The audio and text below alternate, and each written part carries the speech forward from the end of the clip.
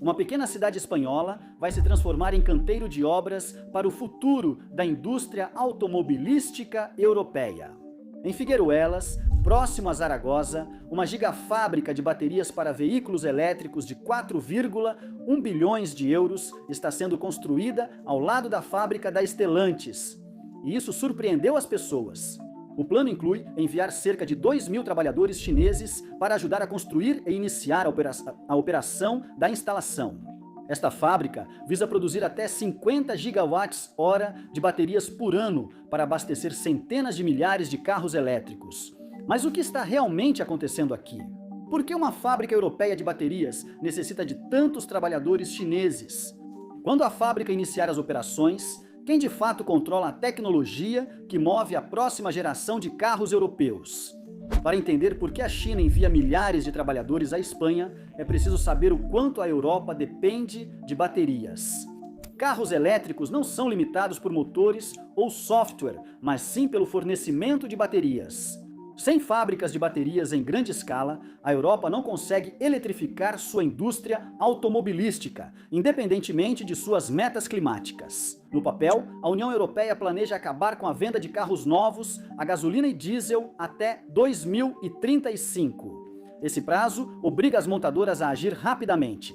Todo carro elétrico precisa de baterias, e essas dependem de fábricas que quase não existiam na Europa há poucos anos. A China notou isso cedo. A China controla mais de 70% da produção global de células de baterias de íon lítio. Ela refina a maior parte do lítio, cobalto, grafite e manganês do mundo. Ela reúne quase todas as etapas da cadeia de suprimentos de veículos elétricos, da mineração ao processamento químico, células, pacotes e veículos. Nenhum outro país se aproxima. No centro desse sistema está a CATL, que sozinha fornece cerca de 1/3 de todas as baterias de veículos elétricos usadas globalmente, as baterias da CATL. Fornece energia para carros da Tesla, BMW, Volkswagen, Mercedes e quase todas as principais marcas chinesas de veículos elétricos. Se você dirige um carro elétrico hoje, provavelmente ele tem bateria chinesa ou materiais processados na China. Porém, a CATL é só uma parte desse cenário. Empresas como a BYD têm um modelo bem diferente dos fabricantes de automóveis ocidentais. A BYD não apenas fabrica carros, ela também produz baterias, motores, eletrônicos de potência e softwares internamente. A integração vertical permite reduzir custos agressivamente e crescer mais rápido que concorrentes dependentes de fornecedores. Veículos elétricos chineses ficaram acessíveis rapidamente porque empresas chinesas viam baterias como produto principal, enquanto montadoras ocidentais as tratavam como componentes terceirizados. Eles priorizaram a química visando custo, não só autonomia, e investiram cedo em baterias de fosfato de ferro-lítio, anos antes de Europa e Estados Unidos considerarem isso seriamente. As baterias LFP custam menos, duram mais e evitam metais caros como níquel e cobalto. A China não esperou pela tecnologia perfeita, construiu fábricas e as melhorou ano após ano. Essa decisão criou algo poderoso, aprender através do volume. Quando você produz baterias em grande escala, cada falha se torna dado, cada defeito melhora o próximo lote.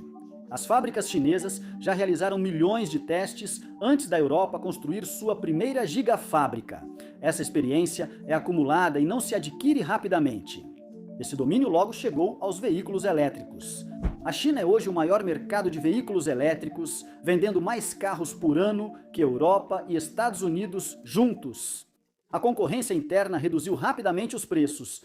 Veículos elétricos chineses já custam metade dos modelos europeus, principalmente pelo menor custo das baterias. Por isso, a Europa está preocupada.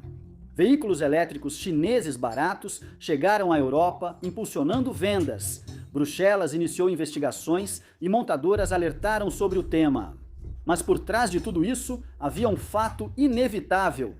A China controla a parte mais cara do veículo elétrico, a bateria. E isso nos leva de volta à Espanha.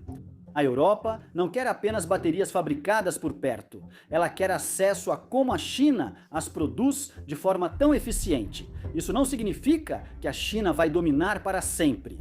A tecnologia das baterias vai evoluir. Baterias de estado sólido, células de íon de sódio e avanços na reciclagem podem mudar o jogo.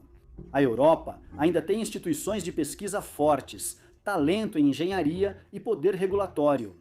Neste momento de transição, a China dita o ritmo e a gigafábrica da Espanha mostra como a corrida dos veículos elétricos acontece. Não com slogans de independência, mas com decisões difíceis sobre quem sabe construir em grande escala. Hoje, a Europa tentou criar seus próprios campeões de baterias, mas muitas tentativas fracassaram. A British Volt faliu e a Northvolt teve dificuldades financeiras. Várias gigafábricas europeias planejadas nunca passaram do anúncio. A Espanha não queria fazer parte desse fracasso. Ao invés de esperar o amadurecimento da indústria local de baterias, a Espanha optou por trazer uma empresa experiente nesse setor. Essa empresa é a Tomografia L, a maior produtora de baterias do mundo, e sua parceira é a Stellantis, um dos maiores grupos automobilísticos da Europa. Juntas, elas constroem uma das maiores fábricas de baterias do sul da Europa, ao lado de uma fábrica de carros já existente, que emprega milhares de espanhóis. Baterias não são como linhas de montagem de carros, não basta contratar pessoas, ligar máquinas e esperar que funcione. Fábricas de baterias exigem precisão, controle químico e disciplina de produção que a Europa ainda está aprendendo. Por isso, entram os 2.000 trabalhadores chineses. Eles são enviados porque a Espanha ainda não tem quem saiba construir esse tipo de fábrica do zero. A fábrica está sendo construída em Figueruelas, cidade já experiente na indústria automobilística. Por anos, a região teve uma grande fábrica de carros da Stellantis, produzindo para as estradas europeias. A presença dessa fábrica foi decisiva na escolha do local. Baterias são pesadas, caras de transportar e essenciais na montagem dos veículos. Colocar a produção de baterias ao lado reduz custos, encurta as cadeias de suprimentos e diminui os riscos. Agora vamos falar sobre a escala, porque Gigafactory não é linguagem de marketing aqui, é literal. Este é o maior investimento industrial chinês já feito na Espanha. O local terá centenas de milhares de metros quadrados e funcionará 24 horas por dia ao atingir plena operação. Quando finalizada, a fábrica deverá empregar cerca de 4.000 espanhóis. O número que todos citam é 50 gigawatts-hora de produção anual de baterias. Mas o que isso realmente significa? Um único carro elétrico normalmente precisa de um pacote de baterias entre 50 e 75 kWh, dependendo do tamanho e da autonomia. Com produção total, só essa fábrica poderia fornecer baterias para 600.000 a 1 milhão de veículos elétricos por ano. Não é uma instalação de nicho, mas uma fábrica central para uma cadeia de suprimentos de veículos elétricos na Europa. O plano é iniciar em 2026 e expandir gradualmente. A produção total é prevista para 2030, após a estabilização dos equipamentos, equipe, treinamento e suprimentos. Esse aumento gradual é comum em fábricas de baterias, onde pequenos defeitos podem parar toda a produção. A fábrica vai se concentrar em baterias de fosfato de ferro-lítio, frequentemente chamadas de LFP. Essas baterias são importantes por um grande motivo: o custo. As baterias LFP não dependem de níquel ou cobalto, que são materiais caros e sensíveis geopoliticamente. Elas duram mais, suportam melhor o calor e custam menos para produzir. A China domina a tecnologia LFP atualmente e as montadoras europeias querem cada vez mais essa tecnologia para veículos elétricos acessíveis. Essa escolha já nos diz algo importante. Esta fábrica não é focada em veículos elétricos de luxo. Ela foi feita para carros elétricos populares, essenciais para a Europa eletrificar o transporte em massa, não só vender modelos premium. O financiamento também conta parte da história. Enquanto a maior parte dos 4,8 bilhões de dólares vem das empresas envolvidas, o governo espanhol e a União Europeia contribuíram com cerca de 350 milhões de dólares em apoio público. Esse dinheiro vem dos fundos de recuperação e transição verde da União Europeia, incentivos financiados por contribuintes para manter a manufatura avançada na Europa. A Europa aposta que produzir baterias localmente, mesmo com apoio chinês, é melhor do que importar da China indefinidamente. Se você esperava reação negativa, protestos ou pânico, isso não ocorreu. Em Figueiruelas, a reação à chegada de 2.000 trabalhadores chineses foi principalmente prática e surpreendentemente tranquila. Esta cidade já convive com a indústria. Muitas famílias dependem da fábrica de carros da Stellantis, próxima daqui. As pessoas sabem que fábricas trazem estabilidade, salários e sobrevivência. Quando o projeto da bateria foi anunciado, o sentimento dominante não foi medo, foi alívio. Os apoiadores falam sobre empregos, prazos e metas de produção, mas os críticos focam em algo menos visível, porém mais importante a longo prazo: o controle. Porque fabricar baterias não é o mesmo que possuir a tecnologia por trás delas. A tomografia L vai operar os processos principais.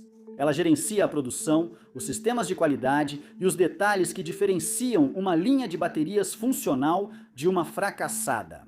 Os trabalhadores espanhóis aprenderão a operar a fábrica, mas isso não garante que saibam projetar uma do zero, e essa diferença é importante. Se a Europa só abrigar a produção e a inovação ficar fora, pode se limitar a um papel secundário. Esse é o principal temor das críticas. Grupos políticos espanhóis já expressaram preocupação, defendendo que recursos públicos devem fortalecer a capacidade local, não subsidiar domínio estrangeiro. A Europa tentou sozinha e fracassou. Muitas startups europeias de baterias faliram antes de crescer, outras ficaram anos atrasadas. Em um setor onde atrasos custam bilhões e ameaçam metas, esperar também tem seu preço. Este projeto exige escolher, avançar rápido com ajuda externa ou devagar e arriscar ficar fora da corrida dos veículos elétricos. Outra preocupação é a replicação. Se a CATL construir várias fábricas pela Europa usando o mesmo modelo, empresas chinesas podem dominar a produção de baterias em solo europeu. Isso não quer dizer que a Europa perderá empregos, mas pode perder poder de barganha. Por isso, alguns formuladores de políticas defendem que projetos como o da Espanha devem ser acompanhados de investimentos sérios da Europa em pesquisa independente de baterias, processamento de materiais e tecnologias avançadas. Ou seja, cooperação agora e competição depois. Se isso ocorrer, ainda é uma questão em aberto. Porque a política industrial não depende só de planos, mas de vontade política, financiamento, disciplina e paciência, algo que a Europa nem sempre mostrou nesse setor. Então, onde isso deixa essa fábrica? Ela fica no centro do futuro dos veículos elétricos da Europa. Não como vitória ou fracasso, mas como teste para ver se aprender fazendo pode fechar a lacuna e se a Europa consegue transformar parceria em capacidade, não dependência. Então aqui vai uma pergunta para você. Se a Europa precisa da experiência chinesa para eletrificar seu futuro, isso é uma cooperação inteligente ou um risco estratégico? Se esse modelo se espalhar, a Europa ficará mais forte ou só mais eficiente em hospedar tecnologia de terceiros? Diga sua opinião nos comentários.